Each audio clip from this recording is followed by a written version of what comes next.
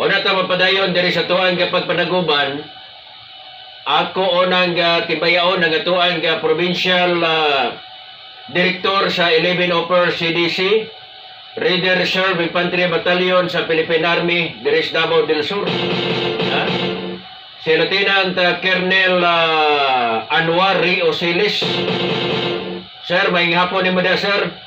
May hapon po dato kang Master Sergeant Sir Lino Spilimbergo, sir. Kang Master Sergeant George Bayhon, sir, may hapon.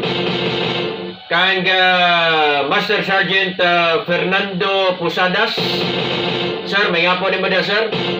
Kang First Sergeant Amadeo Tugunon. Ato ni tibayaon kay paminaw sila kanunay diri sa tuang sibihanan mga suking ti paminaw nga tuang tropa sa 11 Upper CDC. May nga po usab gato kang Corporal GP Bautista Morales. Sir, may nga po ni mo da, sir. May nga po usab gato kang Private First Class Ma'am Rosemary Castillo, ma'am. May nga po ni mo da, ma'am. Kang Private Leofi Solatorio, may nga po, ma'am. May nga po nga to kang Ma'am Justine Dadua. O sa tanan-tanan na lang na ito mga kaubanan sa 11 Upper CDC, Reader Reserve Infantry Battalion sa Philippine Army, may nga po ka na itong tanan ko. Sa tanan-tanan na lang, may nga po ka ninyong hurot din ha.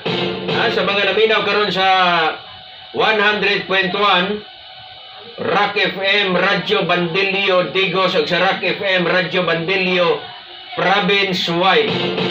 Sa BTV News, mga naglantaw karon sa telebisyon, maayong hapon inyong tanan.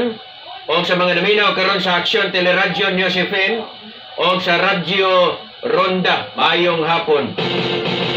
Kinanaw sa ninyo alagad bata-bata sa kanginan Dundon Rodelia, makiguban ka ninyo.